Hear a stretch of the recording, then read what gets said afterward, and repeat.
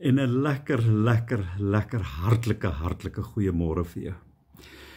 Besef jy, toe jy vanmôre opstaan, toe jy jou oë oopmaak, toe gee die Here jou nog 'n dag, nog 'n geleentheid, kans om net eenvoudig vandag te lewe. En ja, weet jy wat? Ons maak foute. Ons sê die verkeerde goed.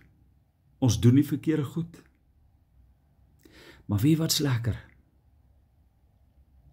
As jy val, dan moet jy gou weer opstaan. Dan moet jy aangaan. Dan moet jy regtig net 'n bietjie gaan stil raak en sê, Here, help my om te leer uit my foute uit.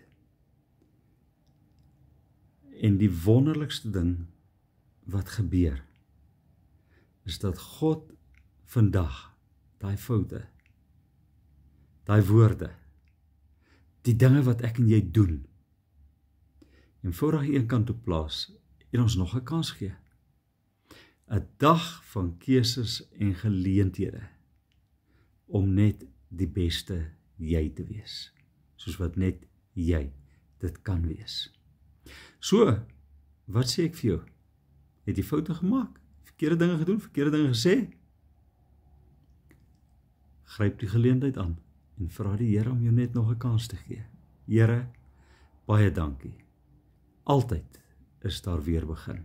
Amen. Nou ja toe, gaan begin jy weer mooi 'n geldige geleentheid saam met die Here. Bye bye.